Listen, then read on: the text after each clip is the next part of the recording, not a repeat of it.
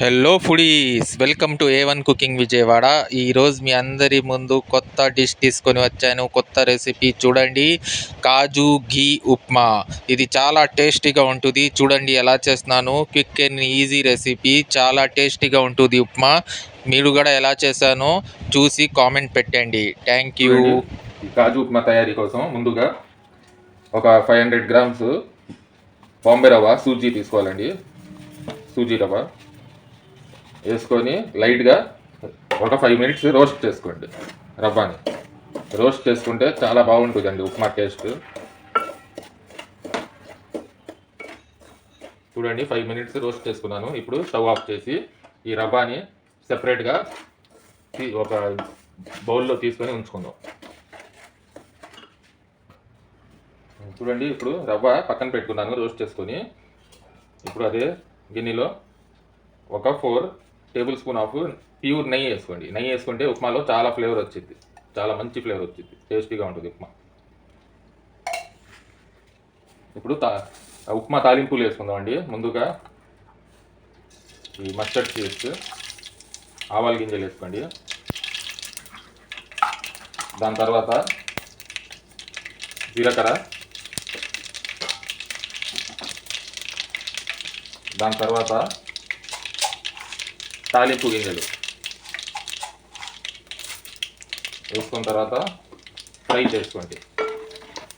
లో ఫ్లేమ్లో ఫ్రై చేసుకోండి, లేకపోతే తాలింపు గింజలు బాగా ఇది అయిపోయిందండి, కాలిపోయింది. అందుకే లో ఫ్లేమ్లో ఫ్రై చేసుకోవాలి.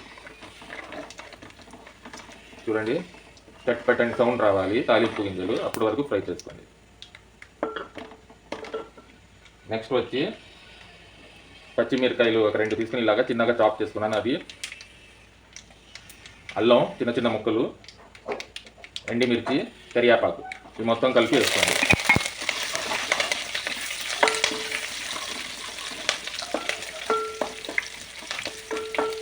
దాని తర్వాత స్పెషల్ కాజు వేసుకోండి. కాజు వేసుకుంటే ఉప్మాలో చాలా మంచి ఫ్లేవర్ ఉంటుందండి, చాలా టేస్టీగా ఉంటుంది మన ఉప్మా. అది కూడా ఘీతో చేస్తున్నాం మేము, చాలా బాగుంటుంది టేస్ట్. దాని తర్వాత వచ్చి 1 small size onion, chopped onion వేసి ఫ్రై చేసుకోండి.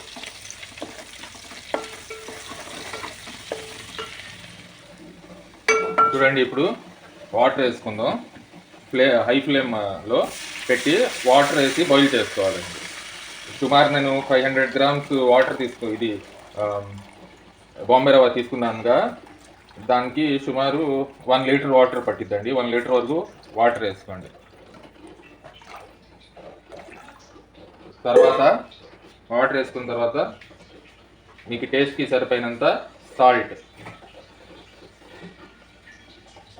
చాలా ఈజీ అండి, సింపుల్గా అయిపోయింది అండ్ చాలా టేస్టీగా ఉంటుంది. నెయ్యి యాడ్ చేయండి మీరు. చూడండి, సాల్ట్ వేసి ఇలా కలుపుకోండి. చూడండి, వాటర్ బాయిల్ అయిపోయింది. ఇప్పుడు బాంబే రవ్వ యాడ్ చేసుకుందాం. మెల్లిగా వేయండి, ఇలాగా స్లోలీ కలుపుతూ వేసుకోవాలి.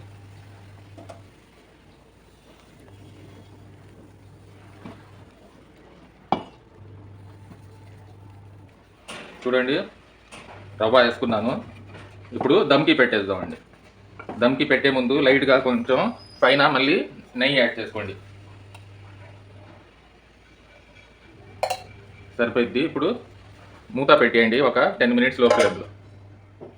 చూడండి, 10 మినిట్స్ అయిపోయింది, దమ్ అయిపోయినట్టే. ఇప్పుడు రెడీ అయిపోయింది మన కాజు ఘీ స్పెషల్ ఉప్మా. అయిపోయిందండి, రెడీ అయిపోయింది.